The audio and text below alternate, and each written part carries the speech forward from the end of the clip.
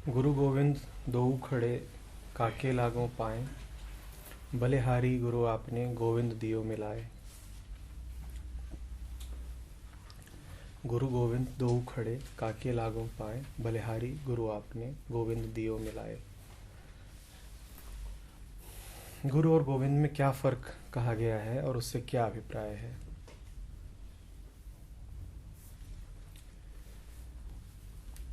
क्या ये कहा जा रहा है कि गुरु गोविंद दोनों हों तो पहले गुरु के चरण स्पर्श किए जाएंगे, उसके बाद गोविंद के? बात अबूझ सी लगती है, ऐसा क्यों?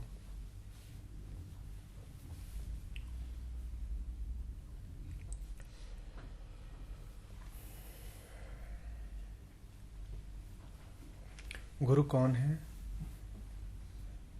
और चरण स्पर्श करने से तात्पर्य क्या है?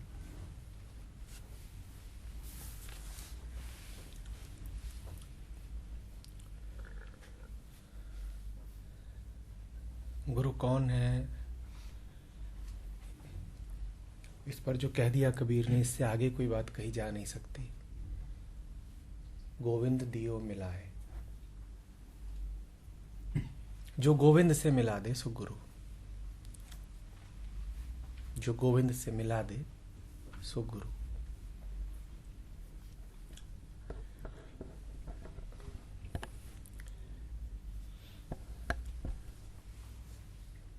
निश्चित सी बात है कि जब हम अपने आप को संसारी, देह, तन, मन मानते हैं तो ये मिलाने वाला भी कोई ऐसा होना चाहिए जो संसार का ही हो।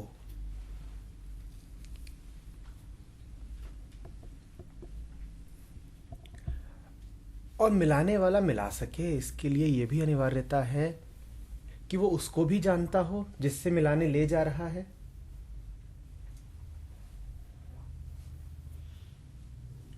गुरु की पहचान यही कि वो एक छोर पर तो बिल्कुल आपके जैसा है, इसी संसार का है, आपके जैसे दिखता है।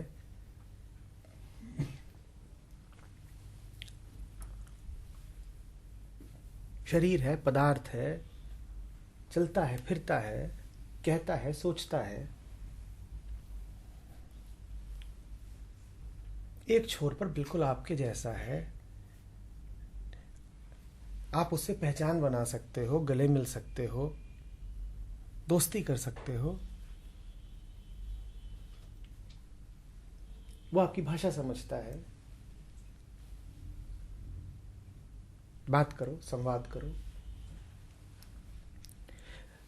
और दूसरे छोर पर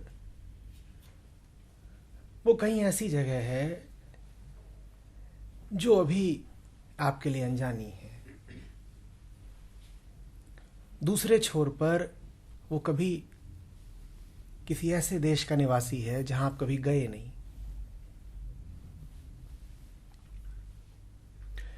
वो आपके बहुत निकट भी है और आपसे बहुत दूर भी। निकट ना हो तो मन को भरोसा ना आएगा। मन है ही ऐसा, वो किसी ऐसे का कैसे भरोसा करे जो उसके जैसा नहीं। तो गुरु का आपके जैसे होना बड़ा जरूरी है, नहीं तो मन भरोसा नहीं करेगा। भरोसा छोड़िए, मन हो सकता है उसके अस्तित्व से ही इनकार कर दे। सर्वश्रेष्ठ और प्रथम गुरु आत्मा है, पर मन कहां उसको गुरु मानता है? मन उसके होने से ही इनकार कर देगा। मन कहेगा वो है ही नहीं। तो इसीलिए संसारी शरीरी गुरु का महत्व होता है।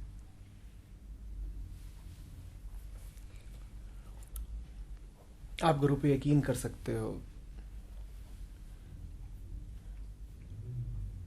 कभी वो आपको बहुत जाना पहचाना सा लगेगा और कभी अनजाना सा। और ये दोनों अलग अलग घटनाएं नहीं होंगी, एक साथ हो रही होंगी। जब वो बहुत परिचित लगेगा तब भी उसके होने में एक अपरिचय होगा, पर वो अपरिचय आपको भयाक्रांत नहीं करेगा, वो अपरिचय आपको आमंत्रण देगा। गुरु के होने में, गुरु की सत्ता में, उसके अस्तित्व में आपको बहुत कुछ पहेली की तरह लगेगा, आपको समझ नहीं आएगा।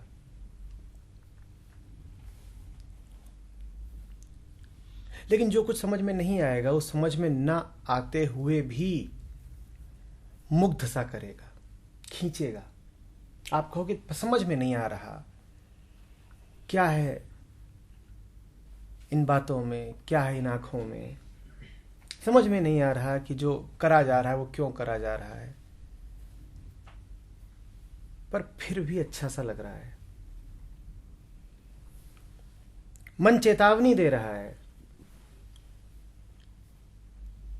कि बात बेबूझ है, पहेली सी है, खतरा है। और मन की सारी चेतावनियों के बाद भी मैं खिंचा सा चला जा रहा हूं।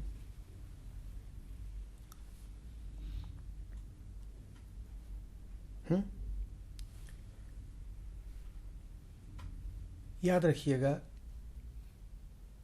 गुरु के दो सिरे आपके दो सिरों के समकक्ष हैं, समानांतर हैं। जैसे आप दो हो ना, वैसे ही गुरु को दो होना पड़ता है। अंतर बस इतना है कि आप जो अपने आप को दो माने बैठे हो, उसमें एक से तो पूरी तरह अनभिज्ञ हो।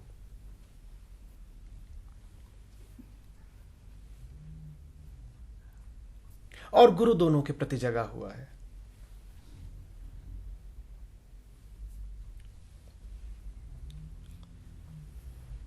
द्वैत में आप भी हो, द्वैत में गुरु भी है।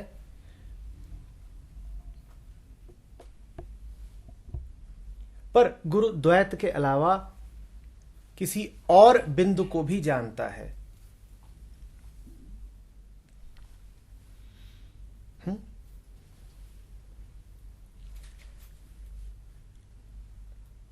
बलिहारी गुरु आपने गोविंद दियो मिलाए।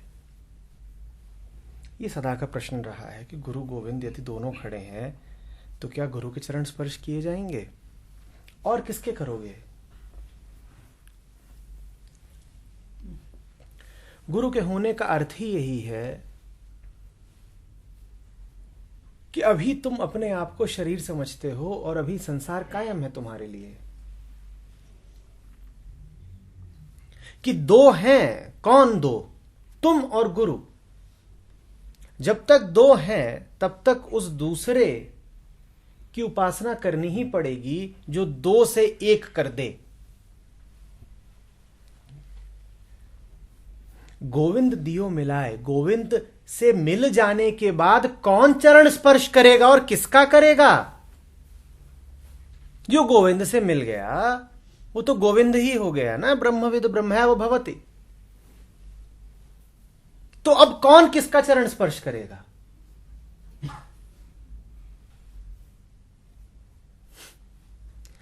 आत्म पूजा उपनिषद कर रहे थे।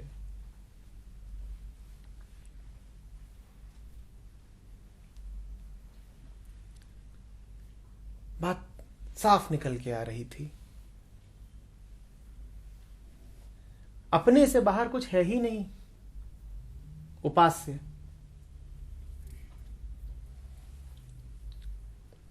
दत्तात्रेय अवधूत गीता में बार बार गाते हैं कि अरे पूजा करूं तो किसकी करूं? कबीर कहते हैं मैं मेरो आधार। जब मैं अपना आधार हूं तो मैं किसके पास और जाके अनुग्रह व्यक्त करूं? ये गोविंद के मिल जाने की स्थिति है। इतना करीब आए, इतना करीब आए कि अब दो हैं ही नहीं। पांव छूने के लिए दो तो चाहिए। गुरु तब तक जब तक दो हैं। इससे आपके इस प्रश्न का भी उत्तर मिलना चाहिए जो आप अक्सर पूछते हैं कि गुरु क्या, गुरु कब तक? जब तक आप हैं तब तक गुरु की भी आवश्यकता है। जिस दिन आप रहे ही नहीं और गोविंद हो गए, उस दिन ना आप बचेंगे ना गुरु बचेगा।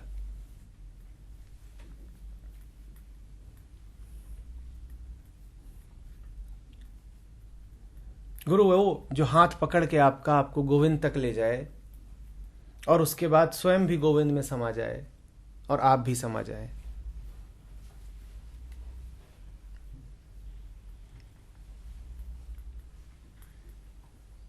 अब न गुरु है ना आप हैं, गोविंद ही गोविंद है।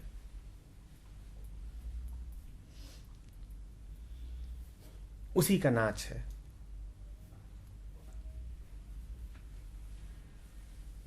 अब आपको यह भी नहीं कहना है कि मैं गोविंद की बलिहारी।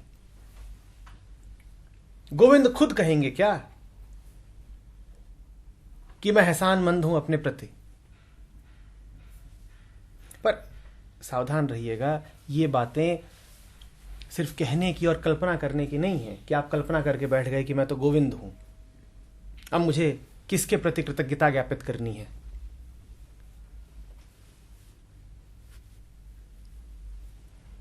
ये बात कहीं अहंकार के हाथों में न पड़ जाए कि हम तो गोविंद हैं, हमें क्यों किसी की सुननी, हमें क्यों किसी के सामने झुकना।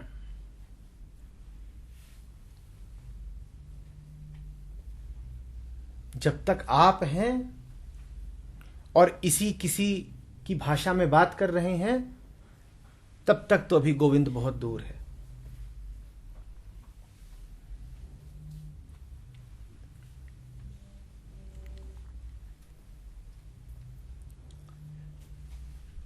गुरु गोविंद दो खड़े काके लागो पाए। दो खड़े कहां से होंगे, गुरु और गोविंद?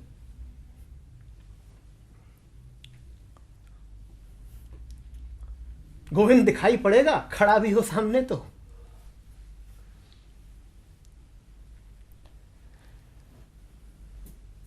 और गोविंद के अलावा कभी सामने, आगे, पीछे, दाएं बाएं, भीतर कोई खड़ा हुआ नहीं, दिखाई पड़ा है कभी?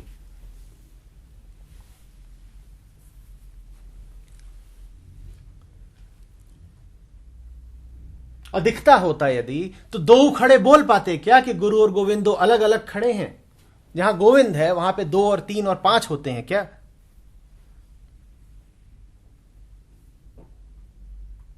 तो गुरु गोविंद दोनों खड़े हों तो भी आपकी आंखों को तो वही दिखेगा जो आपकी आंखें देखने की अभ्यस्त हैं, शरीर और पदार्थ।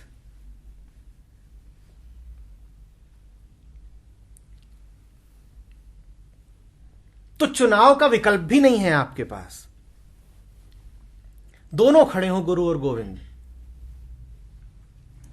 तो यह ना सोचिएगा कि आपके पास 3 विकल्प हैं कि गुरु के पांव छुओ, कि गोविंद के पांव छुओ, कि किसी के पांव ना छुओ, या कि दोनों के ही छू डालो। आपके पास विकल्प मात्र इतने ही हैं कि गुरु गोविंद दोनों खड़े हैं, तो या तो गुरु का पांव छूं या ना छूं। गोविंद कहीं प्रश्न में आते ही नहीं। गोविंद को तो गोविंद ही देख पाएगा। आप कहां गोविंद को देख पाओगे? इसीलिए कोई ये कभी कहे ना कि मुझे किसी शरीरी गुरु की जरूरत नहीं, क्योंकि आत्मा ही प्रथम गुरु है और मेरे पास आत्मा तो है ही। अरे आत्मा सब में विद्यमान है, मेरे पास भी आत्मा है। आत्मा आत्मा को ही नजर आती है। तुम समूची देह तुम क्या बात करते हो कि हम आत्मा के मार्गदर्शन में चलेंगे? आत्मा आत्मा के लिए है। ढोंग ना करो, ये पाखंड हो जाएगा। मैंने तुमसे पहले भी कहा है कि बुद्ध का कथन कि अपने दीप स्वयं बनो, यह अहंकार से नहीं कहा गया था, ये तुमसे कहा ही नहीं गया था।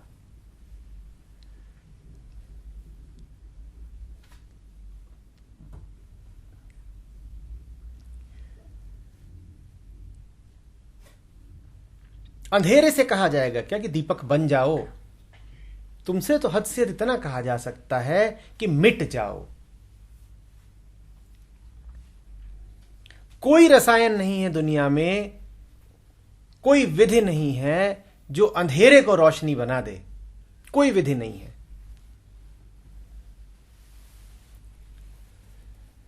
कोई विधि नहीं है दुनिया में जो सपने को सत्य बना दे। और कोई तरीका नहीं है कि तुम ये दावा कर सको कि आत्मा तुम्हारे भीतर है। तुम कुछ कर लो, तुम्हारे भीतर आत्मा नहीं आएगी। जो सपने के भीतर सत्य थोड़े ही आ जाएगा। और इंसान का इससे बड़ा दुस्साहस नहीं हो सकता कि उसने ये कह दिया है कि मेरे भीतर आत्मा है। तुम्हारे भीतर आत्मा नहीं है।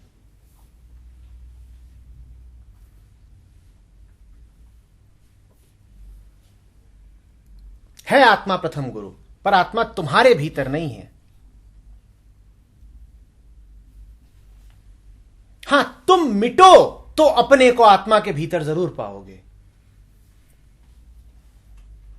आत्मा ही आत्मा पाओगे।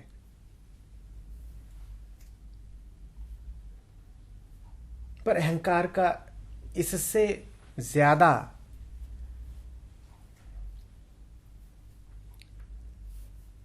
दुस्साहसी,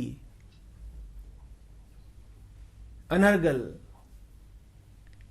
और विक्षिप्त वक्तव्य हो नहीं सकता कि मेरे पास आत्मा है और आत्मा प्रथम गुरु है, तो मैं आप अपना गुरु हूं। तुम्हारे पास आत्मा है, तुम्हारे पास आत्मा है।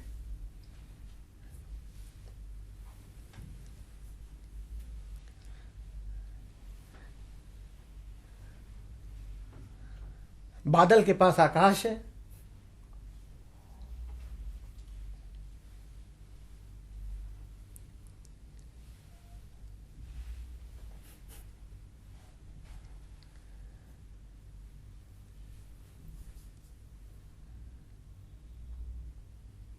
अज्ञान के भीतर बोध है।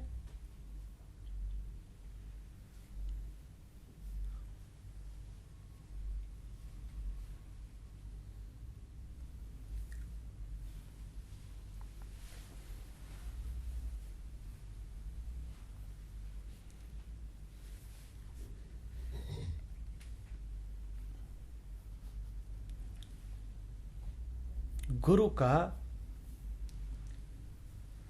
एक छोर पर अंधेरे जैसा दिखना बहुत जरूरी है। गुरु का एक छोर पर अज्ञानी सा होना बहुत जरूरी है।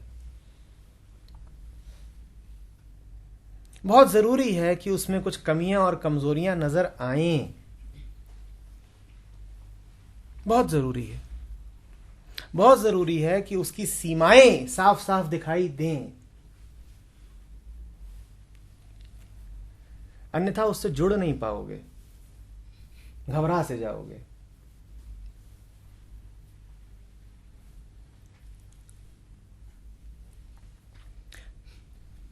तुम्हारी दृष्टि से देखें तो वास्तव में गुरु एक धोखा ही है।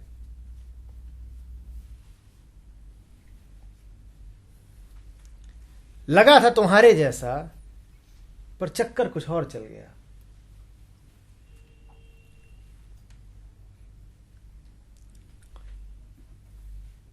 क्या सोच के आए थे, क्या हो गया?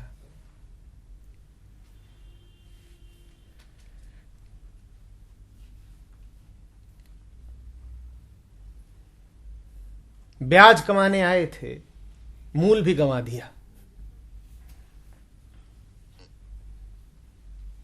गुरु का अर्थ ही है बड़े से बड़ा धोखा।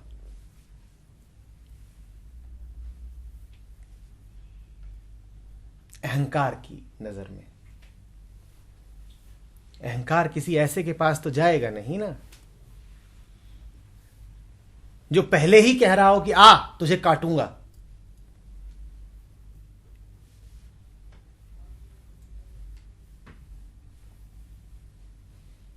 वो तो अपने को बढ़ाने की फिराक में ही जाएगा।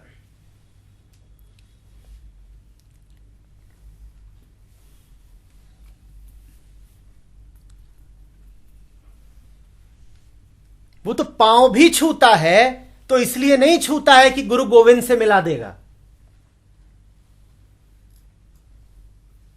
बात मजेदार है।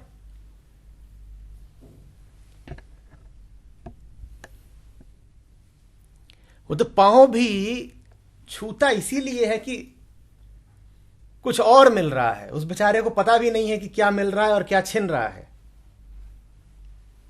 और जब तुम पांव छुओ तो भीतर ही भीतर गुरु मुस्कुराता है।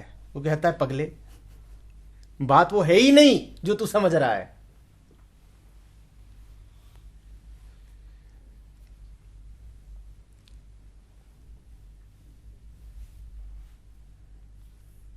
तुम जाके उसे कुछ दोगे,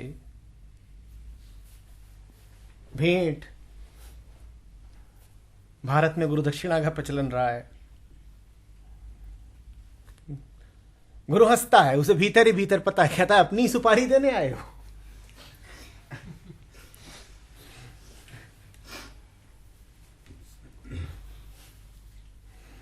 अपनी मौत का इंतजाम कर रहे हो और हाथ जोड़ के धन्यवाद भी व्यक्त कर रहे हो।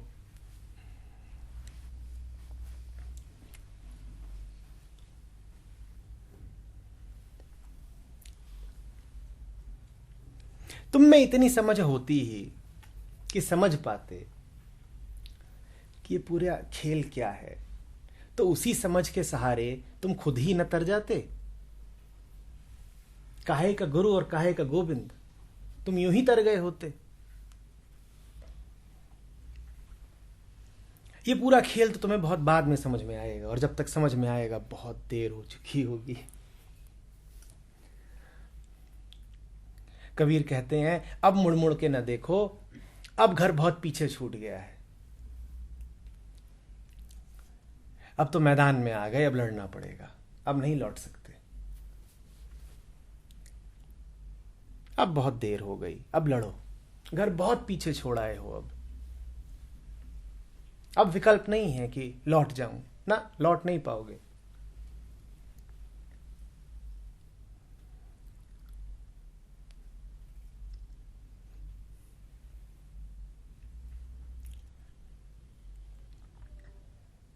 गुरु का तुम्हारे सामने आना, तुम्हारा उसके प्रति आभार व्यक्त करना, ये सब यूं ही है, खेल, माया, झूठ।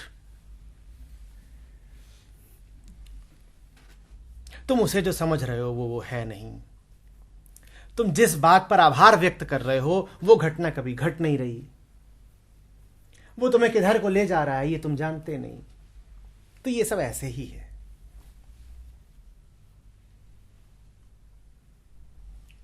हाँ, एक बात पक्की है, कुछ है जो तुम्हें खींच रहा है, वो पक्का है। तुम कुछ नहीं जानते, तुम कुछ नहीं समझते, लेकिन फिर भी कुछ है जो तुम्हें खींच रहा है। उसी का नाम गोविंद है, और वही तुम्हें गोविंद की ओर ले जा रहा है।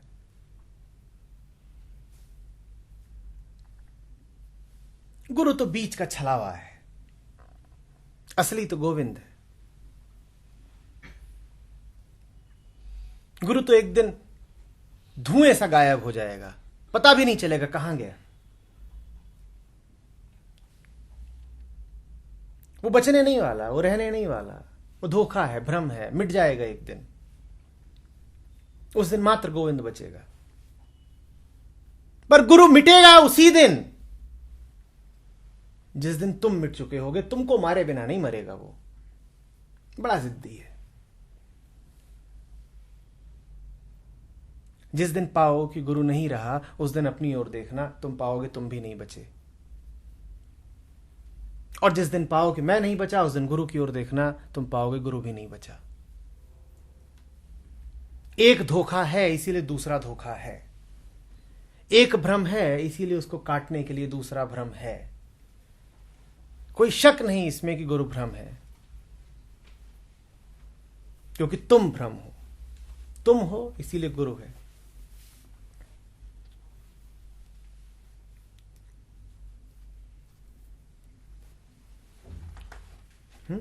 खेल सारा गोविंद का है।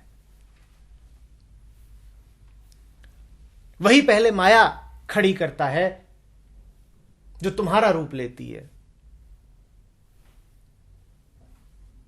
और फिर वही गुरु का रूप बनके तुम्हारे पास पहुंच जाएगा कि आओ आओ कहीं को चलें, और फिर वही तुम्हारे भीतर बैठ करके घर वापसी की कोशिश करेगा। खेल सारा उसी का है, बाकी सब तो रूप है।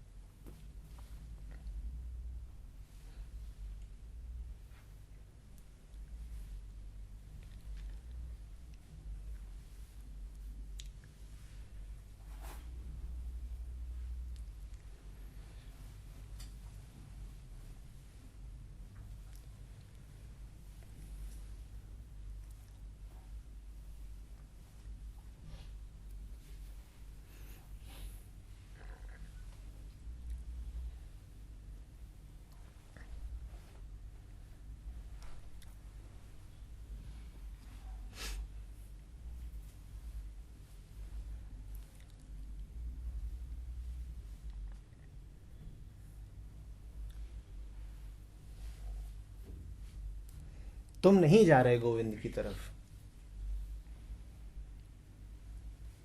गोविंद ही गोविंद की तरफ जा रहा है।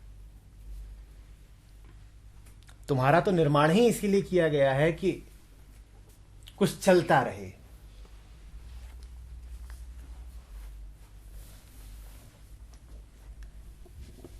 परमात्मा को बेवकूफियों में बड़ा मजा आता है, बेवकूफों से उसे विशेष स्नेह है।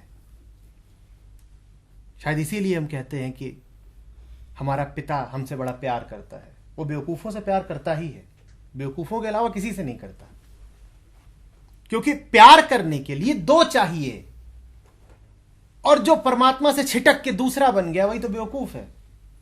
तो परमात्मा मात्र बेवकूफों से प्यार करता है। जो अपने आप को परमात्मा से पृथक समझता हो वही तो ये कहेगा ना कि वो मुझसे प्यार करता है, और जो पृथक समझता हो उससे बड़ा बेवकूफ है कौन। तो तुम नहीं जा रहे परमात्मा की ओर, तुम्हारी बेवकूफी ये अनुमति देगी नहीं तुमको। गोविंद ही गोविंद की ओर जा रहा है।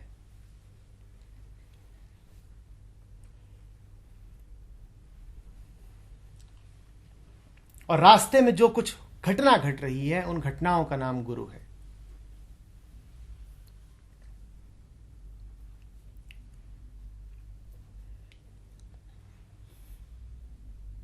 भीतर का गोविंद तुम्हें बहुत समझ में नहीं आता, उसके प्रति अविश्वास से भरे रहते हो, तो गोविंद कहता है ठीक है, बाहर ही खड़ा हो जाता हूं। निर्गुण गोविंद का नाम होता है आत्मा, और सगुण गोविंद का नाम होता है गुरु। बस इतना समझ लो। निर्गुण परमात्मा कहलाता है आत्मा, और सगुण परमात्मा कहलाता है गुरु।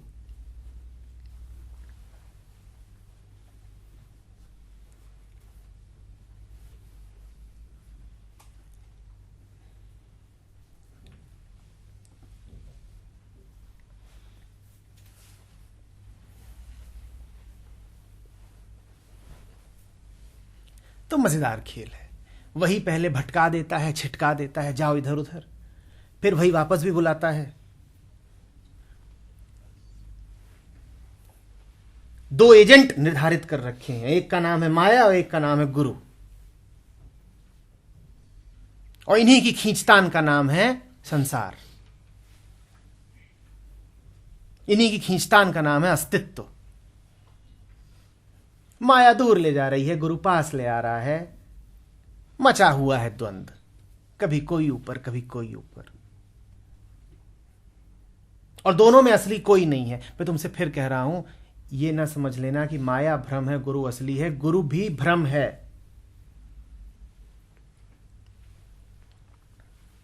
असली तो मात्र गोविंद है, उसके अलावा कुछ असली नहीं है। गुरु उतना ही भ्रम है जितना माया। जब तुम दूर कभी गए नहीं तो पास आने का प्रश्न कहां उठता है? गुरु कौन? जो पास ले जाए। अरे दूर तुम कभी गए नहीं वास्तव में। जब दूर जाना ही भ्रम था तो पास आना भी भ्रम और पास ले आने वाला भी भ्रम।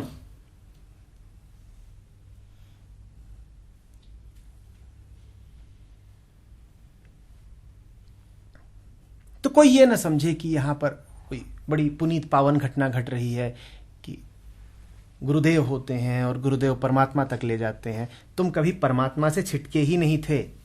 गुरुदेव इसमें क्या करेंगे?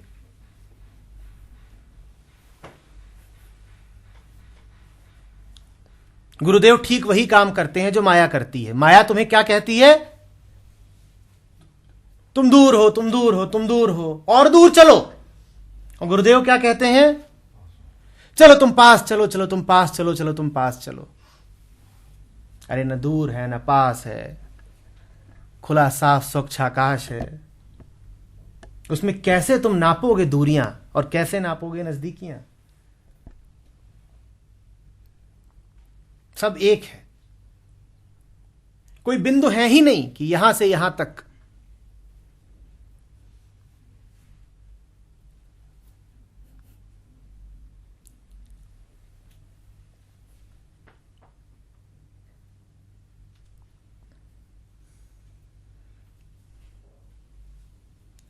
जिस दिन तक माया तुम्हारे सर पे नाच रही है, ठीक उसी दिन तक तुम गुरु के चरण स्पर्श करोगे।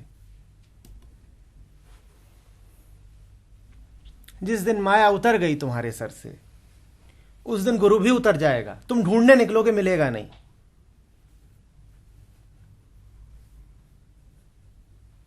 तुम्हें हैरत होगी, कहां गया? जहां को माया गई वहीं को वो भी गया।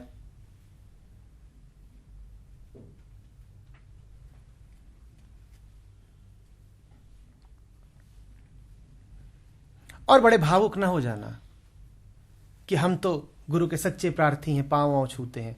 तुम पांव वांव कुछ नहीं छूते। तुम तो जो सोच के पांव छूते हो वो घटना घट ही नहीं रही है, तो तुम्हारे पांव छूने का क्या महत्व है?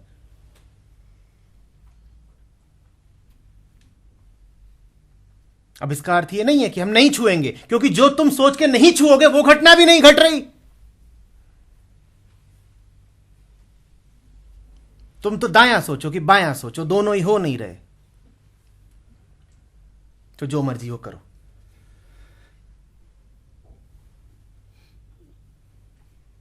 तुम्हारे करे क्या आज तक कुछ हुआ है जो अब हो जाएगा? हाथ पांव चलाना तुम्हारी फितरत है, चलाओ।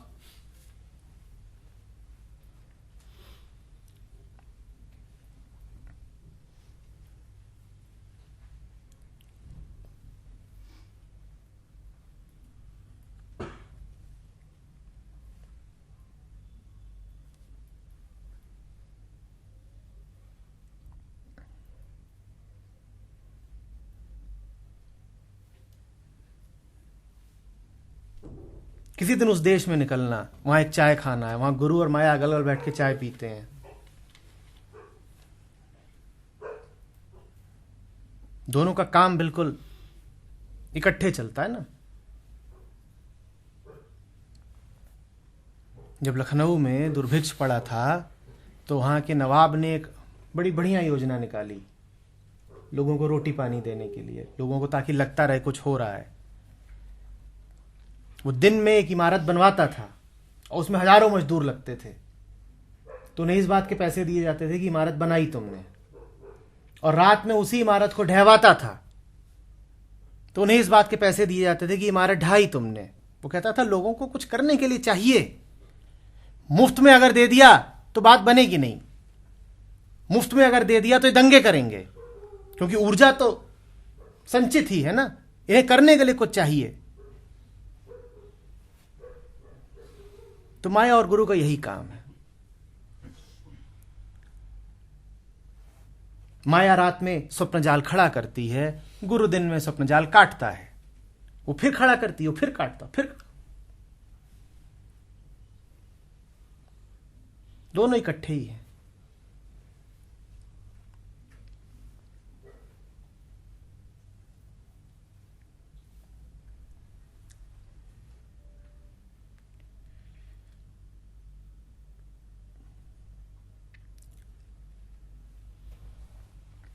और जो बात कबीर ने माया के संदर्भ में नहीं कही है वो भी सुन लो। इसी दोहे में गुरु की जगह माया रख दो, बात बिल्कुल वही रहेगी। दो ही रास्ते हैं गोविंद से मिलने के, एक दिन का रास्ता और एक रात का रास्ता है। दिन का रास्ता गुरु का रास्ता है, रात का रास्ता माया का रास्ता है, और दोनों इकट्ठा चलते हैं। तुम माया से जूते ना खाओ तो काहे को गुरु की शरण में आओ।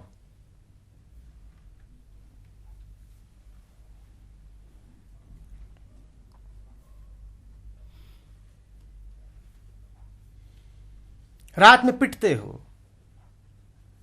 दिन में अस्पताल जाते हो, यही जिंदगी है। माया तुम्हें न सताए तो काहे तुम्हें गोविंद की याद आए।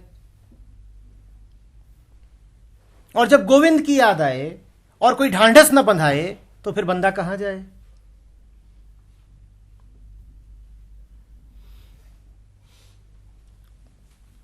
पीटने वाली माया, मलहम लगाने वाला गुरु, खेल चल रहा है।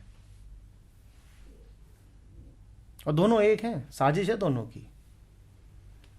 जैसे कहीं कहीं पर पंचर की दुकान वाले ही सड़क पे कीलें गिरा देते हैं। पंचर होगा तब ना आओगे। तो खेल बिल्कुल वैसा ही है। उसी ने माया भेजी कि पहले पंचर हो तुम्हारी गाड़ी में, और फिर पीछे से गुरु खड़ा कर दिया है कि अब इसके पास आओ।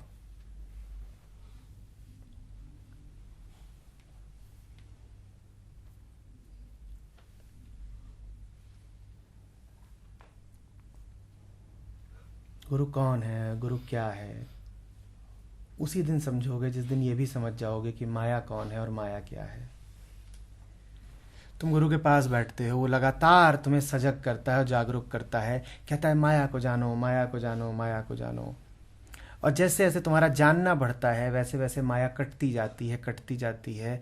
एक बात जो तुम्हें शायद दिखाई नहीं देती वो ये है कि जैसे जैसे तुम माया को काट रहे हो वैसे वैसे तुम गुरु को भी काट रहे हो। और जिस दिन माया पूरी कट गई उस दिन गुरु शेष बचेगा नहीं।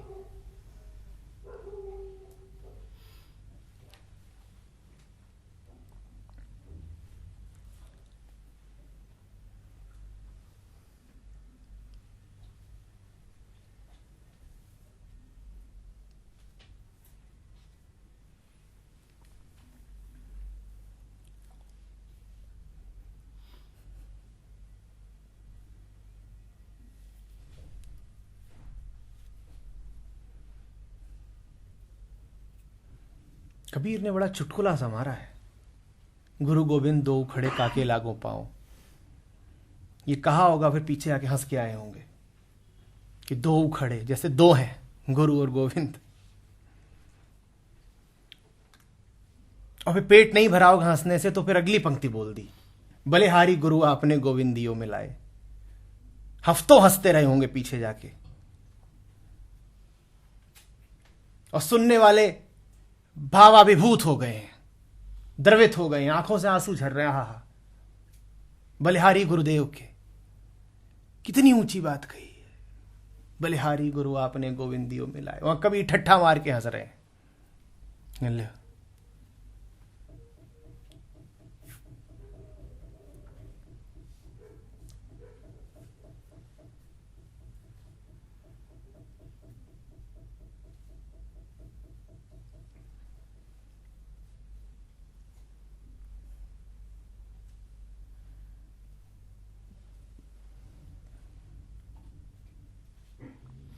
गुरु है कि माया है, गोविंद से मिलाने के लिए पहले तुमसे यह कहेगा ना कि तुम गोविंद से अलग हो। मिलाने का तो प्रश्न ही तभी पैदा होता है। और वो कौन है जो तुमसे कहे कि तुम गोविंद से अलग हो? गुरु है कि माया है? ये तो बात बड़ी उलझन की हो गई।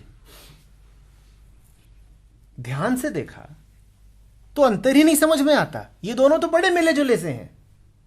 तभी कह रहा हूं कि इकट्ठे बैठ के चाय पीते हैं।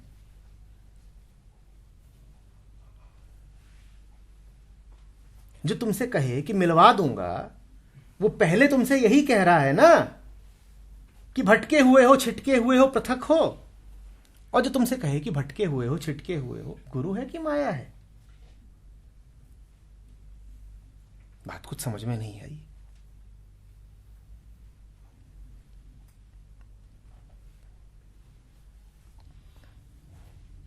न गुरु अच्छा न माया बुरी, लीला है।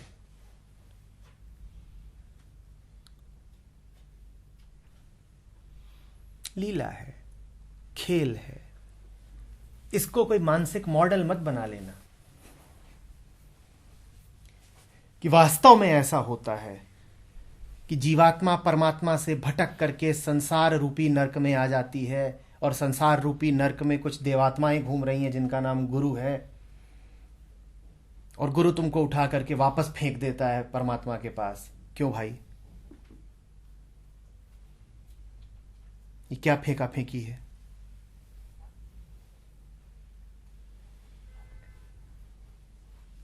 कहानी के तौर पे ये सब मॉडल ठीक है कि एक महान परमात्मा है और सब छोटी छोटी बाकी जीवात्माएं हैं, और वो वासना के अधीन होकर के मृत्युलोक में जन्म लेती हैं, और मृत्युलोक में कुछ चमकते हुए सितारे घूम रहे हैं। जय गुरुदेव। ऐसा कुछ नहीं है, कहीं नहीं है।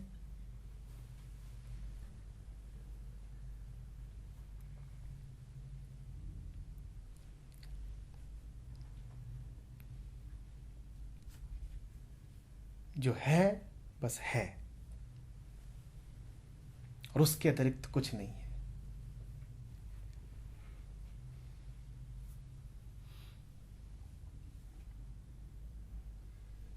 न गुरु, न माया, न चरण स्पर्श।